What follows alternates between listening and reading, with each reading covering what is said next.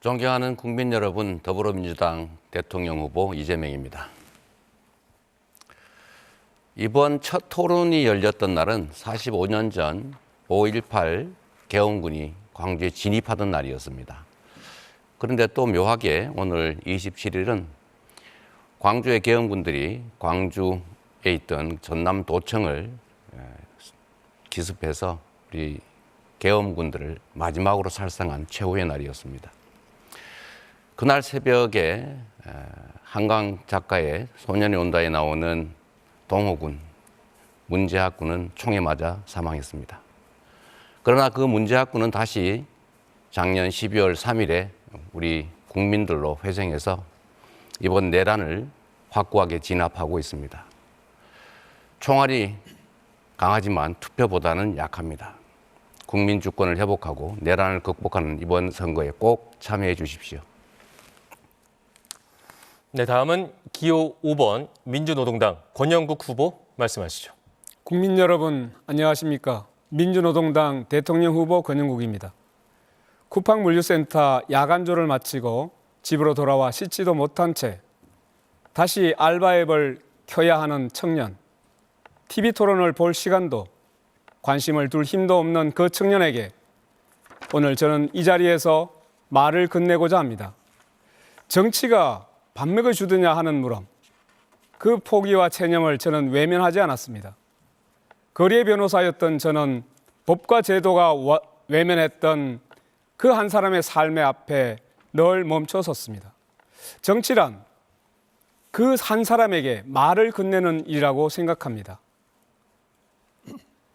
선거 때면 찍어달라고 굽신거리지만 정작 정치는 그 청년의 편이 아니었습니다. 지친 어깨에 손을 얹고 저는 약속합니다. 당신의 삶도 바꿀 수 있다고, 내 편이 되어주겠다고 제가 약속드립니다. 네, 다음은 기호 2번 국민의힘 김문수 후보입니다. 적반하장이라는 말이 있습니다. 도둑이 경찰봉을 뺏어서 경찰을 때린다는 이야기입니다. 세상에 많은 독재가 있지만 주로 국민을 위해서 독재를 한다고 합니다. 그런데 범죄자가 자기를 방탄하기 위해서 독재를 하는 방탄 독재는 처음 들어봅니다. 세계 역사에 없는 것입니다. 자기를 유죄 판결했다고 해서 대법원장을 오히려 탄핵하겠다, 특검하겠다고 합니다. 자기를 기소한 검사를 탄핵을 했습니다. 뿐만 아닙니다. 지금 자기 마음에 안 들면 다 탄핵을 하고 있습니다. 오죽하면은 민주당을 대표했던 이낙연 전 총리가 이 괴물 방탄 독재를 막기 위해서 저를 지지하겠다고 합니다. 국민의힘과 굉장히 거리가 먼 분임에도 불구하고 이렇게 나오셨습니다. 네, 마지막으로 기호 4번 개혁신당 이준석 후보 말씀하시죠. 작년 12월 3일 우리의 민주주의가 무너졌습니다. 비상계엄이라는 이름으로 헌법이 짓밟혔습니다. 그 책임을 외면한 채 이번에 후보를 낸 정당을 보며 국민은 묻습니다. 이것이 과연 상식인가? 우리는 아이들에게 이야기합니다. 사탕 준다고 따라가지 마. 그런데 지금 국가 재정에 대한 대책도 없이 뭐든 다 해주겠다는 후보를 따라가도 되는 걸까요? 우리 아이들에게 원칙 없는 나라를 물려줄 수는 없습니다. 이번 선거는 계엄을 옹호하는 비상식 세력, 포퓰리즘으로 유혹하는 반원칙 세력을 동시에 밀어내고 원칙과 상식을 되찾는 선거입니다. 빨간 윤석열이 지나간 자리를 파란 윤석열로 다시 채울 수는 없습니다. 보름달은 저물고 초승달은 차오릅니다. 초승달같이 새로운 시작에 대한민국의 미래를 맡겨주십시오. 저 이준석이 정치교체, 세대교체, 시대교체를 반드시 이뤄내겠습니다. 네, 정치 양극화는 사회적 불평등이 그 뿌리입니다. 지금의 정치는 상위 10% 기득권을 지키고 나머지 90% 시민들과는 점점 더 멀어지고 있습니다. 이 10대 90의 불평등 양극화가 드러나는 것을 두려워한 기득권은 음모론과 가짜뉴스로 현실을 덧칠했습니다. 혐오를 키우고 갈등을 부추기며 정치의 중심을 삶이 아닌 권력에 묶어버렸습니다. 저희들의 잘못입니다. 진보 정치의 책임이 큽니다. 노동자와 서민을 대변하라고 기회를 주셨지만 기대에 부응하지 못했습니다. 진심으로 국민 여러분께 반성합니다. 다시 일어서겠습니다. 이제는 서로를 악마로 만들며 소모적인 정쟁을 반복하는 정치가 아니라 비전과 정책으로 경쟁하는 정치로 나아가야 합니다. 그들은 서로 이기려고 정치를 하지만 우리는 함께 살자고 정치를 합니다. 그래서 바꿔야 합니다. 정치에서 밀려난 시민을 다시 중심에 세우는 일, 누가 할 수 있겠습니까? 진보 정치가 민주노동당이 다시 시작하겠습니다. 저 권영국이 하겠습니다. 불평등의 뿌리를 둔 기득권 정치를 갈아엎고 진보 정치로 새 판을 짜겠습니다. 네, 이어서 김문수 후보 답변해 주시죠. 비명행사라는 말이 있습니다. 자기의 체포 동의안이 국회에서 가결되자 이것은 검찰과 반대파들이 내통한 것이라고 해서 자기를 반대한 파들을 제거하는 것입니다.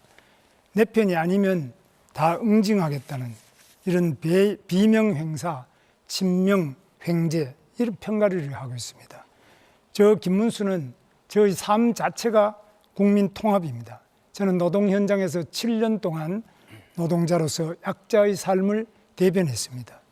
저는 전라남도 순천 출신의 아내를 맞이해서 영원함의 경계를 허물고 지금까지 잘 살고 있습니다. 좌와 우를 아우르면서 이념적 장벽을 걷어냈습니다. 정치가 권력을 내려놓고 특권도 폐지하고 약자를 보살피며 대화하면서 도와드려야 합니다.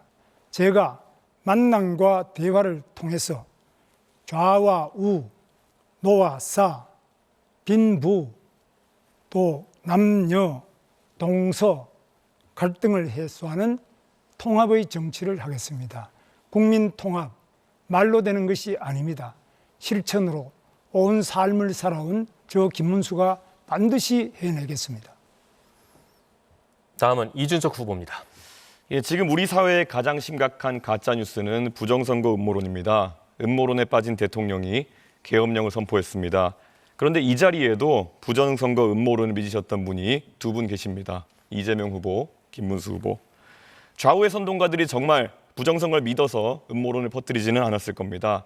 정치 팬덤을 결집하기 위해서 아니면 선거 패배를 인정하기 싫어서 혹은 돈을 벌려고 부정선거를 소재로 영화까지 만들어서 음모론의 야바이꾼 역할을 했습니다. 우리 사회의 가장 큰 문제는 이처럼 국민을 속이고도 반성하거나 사과하지 않는다는 겁니다. 이번에도 자신이 음모론에 빠졌던 증거를 제시하자 기억이 나지 않는다는 무책임한 거짓말을 반복하고 있습니다. 독일 공산당원의 주장을 베껴서 국민들을 가르치려고 했던 호텔 경제학, 커피 원가 120원 발언, 유령섬이 된 거북섬 등 자신의 발언이 틀렸으면 사과를 하면 되는데 끝내 자기가 옳다고 우기면서 정치적 팬덤을 동원해가지고 공격을 시도합니다. 이런 나쁜 정치인 때문에 정치 양극화가 심해지고 지금 우리나라가 극단적 갈등으로 몸살을 앓고 있다고 생각합니다. 해결 방법은 분명합니다. 거짓말하는 대통령이 아니라 바른 말하는 대통령을 뽑아주십시오. 낡은 기득권이 아니라 압도적 새로움을 선택해 주십시오. 바야흐로 오렌지빛 선거혁명을 이룰 때라고 생각합니다. 저 이준석이 대한민국 정치를 바꿔내겠습니다. 네, 마지막으로 이재명 후보 답변해 주시죠. 네, 국민 여러분, 정치 양극화 지금 심각하지요. 정치는 본질적으로 대화하고 소통하고 상대를 존중하고 인정하고 타협하는 것입니다. 그런데 대한민국에는 일방적으로 자기 주장만 하고 상대를 절멸시키려는, 아예 없애버리는 그런 시도를 하기도 합니다. 가장 대표적인 극단적인 형태가 바로 이번에 계엄이죠. 아예 야당을 전부 말살시켜버리겠다. 대한민국의 모든 권력을 혼자 갖고 영구적으로 그 권력을 누리겠다. 이게 군정을 시도한 군사 쿠데타의 본질입니다. 이런 양극화의 근본 원인은 정치적으로 실력 없는 정치 집단들이 충직하게 실력을 발휘해서 국민들로부터 신임을 받는 게 아니고 노동자와 기업, 동쪽, 서쪽, 남녀, 노소 이런 식으로 장애인, 비장애인 이렇게 갈라가지고 대립, 갈등을 시킨 다음에 그 상대편으로부터 이 지지를 획득하는 이런 어쩌면 게으르고 아주 나쁜 의도에서 시작된 것입니다. 양극화를 극복하는 타협하고 공존하는 정치를 만드는 것은 대통령의 가장 큰 책무입니다. 그래서 대통령이라고 합니다. 소통과 대화, 협치를 복원하겠습니다. 유능한 사람들을 편을 가리지 않고 제대로 쓰겠습니다. 실력을 인정받아서 정치적 지지를 획득하겠습니다. 그리고 야당과 대화하고 인정하겠습니다.